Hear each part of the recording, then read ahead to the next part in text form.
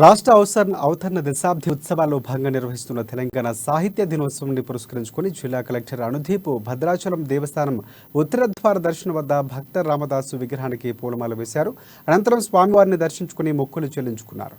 ఈ కార్యక్రమంలో దేవస్థాన ఈవో రమాదేవి, ఆర్టీఓ రత్న కళ్యాణి, భద్రాచలం అడ్మినిస్ట్రేషన్ ఆఫీసర్ రామకృష్ణ తదితరులు పాల్గొన్నారు.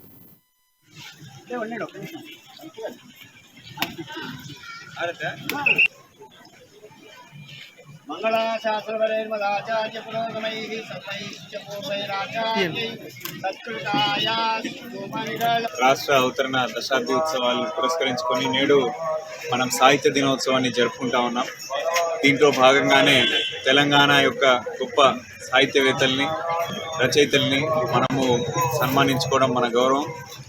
దాంట్లో భాగంగానే నేడు ప్రభుత్వ ఆదేశాల మేరకు మనము మన జిల్లాకి పేరైనటువంటి భక్త రామదాస్ గారిని నేడు పూలమాల అర్పించి నివాళులు అర్పించి వారికి గౌరవ వందనం నేడు ఇవ్వడం జరిగింది.